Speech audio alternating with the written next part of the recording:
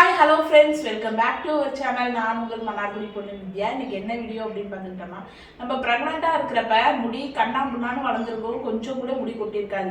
அதுவே குழந்தை பிறந்து ஒரு 2 மாதம் கழிச்சு தலையில் கூட நம்மளால கை வைக்க முடியாது, அந்த அளவுக்கு முடி கொட்டும். நம்ம சீப்பை போட்டு சீவணும், தலையை பின்னி கட்டணும் அப்படின்னு நினச்சாலே அந்த அளவுக்கு முடி கொட்டுறதை பார்த்துட்டு நம்ம சீவவே வேண்டாம், சீவனா தானே முடி கொட்டுது அப்படின்னு சொல்லிட்டு கொண்டையோடையே இருப்போம். இதுக்கு என்ன காரணம் அப்படின்னு சொல்லிட்டு தான் இந்த வீடியோவில் பார்க்க போகிறோம். இந்த மாதிரி கொட்டுறதுக்கு நம்ம என்னென்னலாம் பண்ணனா இந்த மாதிரி முடி கொட்டுறதை தவிர்க்கலாம் அப்படின்னு சொல்லிட்டு இந்த வீடியோவில் பார்க்க போகிறோம். வாங்க வீடியோக்குள்ளே போகலாம். குழந்தை பிறந்து ஒரு மாதம் வரைக்கும் பெருசாக ஒன்றும் நமக்கு முடி கொட்டுறது அப்படிங்கிறதே நம்ம மைண்ட் பண்ண மாட்டோம். ஏன்னா அந்த ஒரு மாதம் நம்ம ஃபுல் அண்ட் ஃபுல் வந்து குழந்தை மேலேயே கருத்தாக இருப்போம். அப்படிங்கிறதுனால வந்து பெருசாக முடி நம்ம உடம்பு அப்படின்னு சொல்லிட்டு எதுலேயுமே கான்சன்ட்ரேஷன் பண்ண மாட்டோம். ஒரு மாதத்துக்கு அப்புறம் குழந்தைங்களோட ரொட்டீனுக்கு நம்ம பழகினதுக்கப்புறம் ஓகே அப்படின்னு சொல்லிட்டு நம்மளை வந்து பார்த்துக்கலாம் அப்படிங்கிறப்ப சரி தலையை சீவோம் அப்படின்னா அப்போலேருந்து தான் நமக்கு முடி கொட்டுறது ஸ்டார்ட் ஆகும். ப்ரெக்னென்ட் டைமில் அவ்வளோ முடி வளர்ந்துருக்கும், ஆனால் அதுக்கு ஆப்போசிட்டாக நமக்கு குழந்தை பிறந்து கொட்ட ஆரம்பிக்கும். அதுக்கு முக்கியமான காரணம் என்ன அப்படின்னு பார்த்தா ஈஸ்ட்ரோஜன், ப்ரொஜெஸ்ட்ரான் அப்படின்னு சொல்லிட்டு நிறைய ஹார்மோன்ஸ் வந்து நமக்கு பேபி வயிற்றில் இருக்கிறப்ப நிறைய கண்ணாமின்னான்னு சுரக்கும். அதனால் வந்து முடியும் கண்ணாமின்னான்னு வளரும், ஒரு சொட்டு முடி கூட கொட்டாது.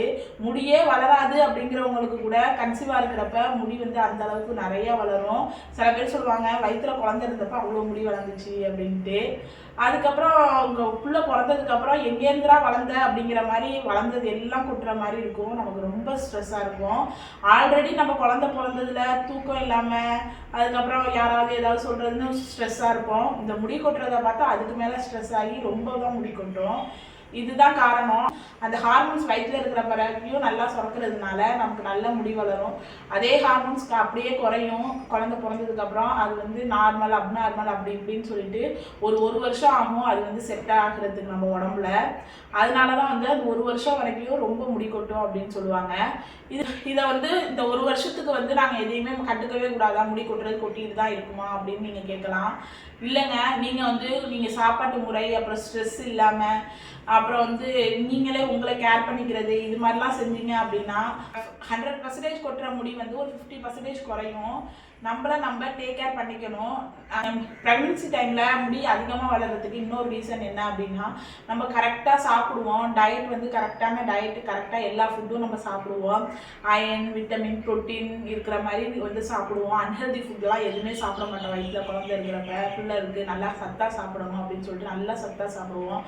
நம்ம வந்து ஹேர் க்ரோத், ஹேர் ஃபால் அப்படிங்கிறது வந்து நம்ம வெளியில் தடவுற எண்ணெயோ, கண்ட ஷாம்போ, கண்ட காசு கொடுத்து 1000 2000 கொடுத்து வாங்குற எண்ணெயிலையோ ஹேர் க்ரோத்தோ ஹேர் லாஸோ வந்து குறையிறதுக்கு சான்ஸ் கிடையாதுங்க என்னை பொறுத்த வரைக்கும்.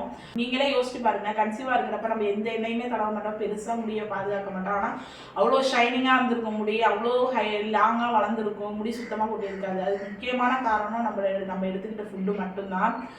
அது வந்து ஏன்னா அப்போ வந்து கரெக்டான டயட் வந்து மெயின்டைன் பண்ணுவோம். ஏன்னா கரெக்டாக ப்ரோட்டீன் நிறையா எடுத்துப்போம், அயன் ஃபுட் எடுத்துப்போம், விட்டமின் சார்ந்த ஃபுட் எடுத்துப்போம், அயன் சார்ந்த ஃபுட் எடுத்துப்போம், அயன் மாத்திரை சாப்பிடுவோம், கால்சியம் மாத்திரை சாப்பிடுவோம் அந்த ஒரு 9 மாதமும். அதுக்கப்புறமா கீரை டெய்லி கண்டிப்பாக எடுத்துக்கணும்னு சாப்பிடுவோம், முட்டை சாப்பிடுவோம். அது மாதிரி ரொம்ப ஹெல்த்தியாக அந்த 9 மாதம் சாப்பிட்டதுனால நம்ம எடுத்துக்கிற உள்ள இன்டேக் வந்து நல்லா கரெக்டான இன்டேக் எடுத்துட்டோம் அப்படின்னா நமக்கு முடி கொட்டுறது சுத்தமாக குறைஞ்சிருங்க. நான் என்னோட முன்னாடி ஒரு வீடியோலையும் அது ஒரு 50K வியூஸ் போயிருந்துச்சு. அதுலேயும் நான் சொல்கிறது அதுதான், நம்ம எடுக்கிற இன்டேக்கை பொறுத்து தான் நமக்கு முடி கொட்டுறது, முடி வளர்றது எல்லாமே. 1000 ரூபா 2000 ரூபா எண்ணெய் வாங்கி யூஸ் பண்ணுறதுனாலலாம் நமக்கு முடி வளராது. நம்மளும் இந்த குழந்தை பிறந்ததுக்கப்புறம் நம்ம வந்து குழந்தைக்கு பால் கொடுக்கணும், குழந்தைக்கு வந்து குழந்தைய பார்க்கணும், குழந்தை தூங்க வைக்கணும், இதுதான் நம்ம நினச்சிக்கிட்டு இருப்போமே தவிர நம்ம கேர் பண்ணிக்க மாட்டோம். குழந்தை பிறந்ததுக்கப்புறம் நம்ம சாப்பாடு எடுத்துக்கிறத வந்து பெருசாக எடுத்துக்க மாட்டோம். நம்ம கரெக்டாக நம்ம குழந்தை வயிற்றில் இருக்கிறப்ப எப்படி ப்ராப்பராக எடுத்துக்கிட்டோமோ அந்த மாதிரி ஃபுட்டு எடுத்துக்க மாட்டோம். நீங்கள் குழந்தை பிறந்ததுக்கு அப்புறமும் வயிற்றில் குழந்தை இருக்கப்ப எப்படி சாப்பிட்டீங்களோ அதே மாதிரி சாப்பிட ஸ்டார்ட் பண்ணீங்க அப்படின்னா உங்களுக்கு முடி கொட்டுறது பாதிக்கு பாதி கண்டிப்பாக குறையுங்க. இது 100% உண்மை. நம்ம வீட்டில் முடி ரொம்ப கொட்டுது அப்படின்னு நம்ம புலம்புனோம்னா அப்போ எல்லாரும் பெரியவங்களாம் சொல்லுவாங்க, புள்ள பார்க்க இன்னும் முடி கொட்ட தான் செய்யும்னு சொல்லுவாங்க. புள்ள பார்க்க முடி கொட்டாதுங்க. பிள்ளைக்கு நம்ம தாய்ப்பால் கொடுக்க நமக்கு முடி கொட்டும். இருக்கட்டும். ஏன்னா நம்ம சாப்பிட்றது நம்ம உடம்புல உள்ள சத்தெல்லாம் நம்ம தாய்ப்பால்லையே போயிடும். நமக்கு சத்து பத்தாமல் தான் நமக்கு முடி கொட்டுறது இந்த பிரச்சனைலாம் இருக்குது. அதனால தான் நல்லா ஹெல்த்தியாக சாப்பிடுங்கன்னு சொல்கிறது. நம்ம குழந்தை பிறந்ததுக்கப்புறம் ஃபேஸ் பண்ணுற ஒரு 2 விஷயம் weight gain and hair loss. இது 2 தான் வந்து ஃபேஸ் பண்ணுவோம். அது முக்கியமான காரணம் அதுதான். வயிற்றில் குழந்தை இருக்க வரைக்கும் நல்ல அளவு இப்போ மறுபடியும் ஏன் அதையே சொல்கிறேன்னா கரெக்டாக சாப்பிடுவோம். குழந்தை பிறந்ததுக்கப்புறம் கண்டாமின்னான்னு இதையும் சாப்பிட ஆரம்பிச்சிடுவோம். நீங்கள் வயிற்றில் குழந்தை இருந்தப்போ எப்படி சாப்பிட்டீங்களோ அதே மாதிரி நீங்கள் வந்து குழந்தை பிறந்ததுக்கப்புறம் சாப்பிட ஆரம்பிச்சிங்கன்னா வெயிட்டும் உங்களுக்கு மெயின்டைன் ஆகும். அந்த வெயிட் வந்து ஏறுறது வந்து ஆஃப்டர் ப்ரெக்னன்சி வெயிட் ஏறும் எல்லாருக்குமே. அது வந்து மெயின்டைன் ஆகும், வெயிட் ஏறாது. 2வது வந்து முடி கொட்டுறது பாதிக்கு பாதி குறையும் அந்த 1 வருஷத்துக்குள்ளேயே. இன்டேக் எடுக்கிறது வந்து ப்ரோட்டீன் சத்து protein rich, iron rich, vitamins உள்ளது எல்லாம் எடுத்துக்கோங்க. அதுக்கு என்னென்னலாம் சாப்பிட்லாம் அப்படின்னா டெய்லி ஒரு முட்டை சாப்பிடுங்க, ஃபிஷ்ஷு சாப்பிடுங்க, சிக்கன் சாப்பிடுங்க, டெய்லி கீரை கிடைச்சா சாப்பிடுங்க. அதுக்கப்புறம் வந்து முருங்கைக்கீரை அந்த மாதிரி ஐட்டம்ஸ் சாப்பிடுங்க. பேரிச்சம்பழம் அது மாதிரி சாப்பிட்லாம். உங்களால் நட்ஸ் எல்லாம் வாங்கி சாப்பிட முடியுதுன்னா அந்த மாதிரி சாப்பிட்லாம். அதுக்கப்புறம் இந்த ஒரு ஜூஸ் தாங்க என்னோட ஹேர் ஃபாலுக்கு வந்து ரொம்ப ஹேர் ஃபால் அண்ட் ஹேர் க்ரோத்துக்கு ரொம்ப முக்கியமான ஒரு ஃபுட்டு இன்டேக் அப்படின்னா ஜூஸ் தான். இந்த ஜூஸ் வாரத்தில் 3 நாள் கண்டிப்பாக எடுத்துருவேன். வாரத்தில் 3 நாள் இந்த ஜூஸ் நம்ம எடுத்துக்கிறதுனால இந்த ஜூஸ் எப்படின்னா புதினா, நெல்லிக்காய், கருவேப்பிலை, இஞ்சி சேர்த்து ஜூஸாக அடித்து குடிக்கிறது. அந்த ஜூஸ் எப்படி செய்கிறது அப்படின்னு சொல்லிட்டு நான் டிஸ்கிரிப்ஷன்லேயும் ஐகான்லேயும் லிங்க் கொடுக்குறேன். கண்டிப்பாக செக் பண்ணி பாருங்கள். இது வாரத்தில் 3 நாள் குடிச்சிங்க அப்படின்னா எவ்வளோ பெரிய ஹேர் லாஸாக இருந்தாலும் கண்டிப்பாக குறையுங்க. ஒரு 2 மாதம் 3 மாதம் கன்சிஸ்டன்சியாக நீங்கள் குடிக்கணும். ஒரு வாரம் கூட விடக்கூடாது. விடாமல் நீங்கள் வாரத்தில் ஒரு 3 நாள் குடிச்சிட்டு இருந்தீங்க. முடிஞ்ச அளவுக்கு 3 நாள் இல்லைனா ஒரு 2 நாள். எனக்கு கோல்டு பிடிக்கும், அது பிடிக்கும், இது பிடிக்கும்லாம் நீங்கள் பயப்பட வேண்டியதில்லை. இது வந்து பெருசாக கோல்டெல்லாம் பிடிக்காது.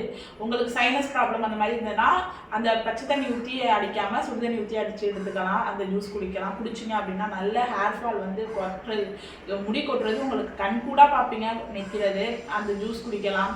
அதுக்கப்புறம் டெய்லி வந்து ஒரு கீரை சாப்பிட்லாம். ஃப்ரூட்ஸ் நிறையா சாப்பிடுங்க. அன்ஹெல்தி ஃபுட்னா வெளியில் வாங்கி சாப்பிட்றது முடிஞ்ச அளவு ஹோட்டலில் வாங்கி சாப்பிடாதீங்க. வீட்டிலேயே செஞ்சு சாப்பிடுங்க.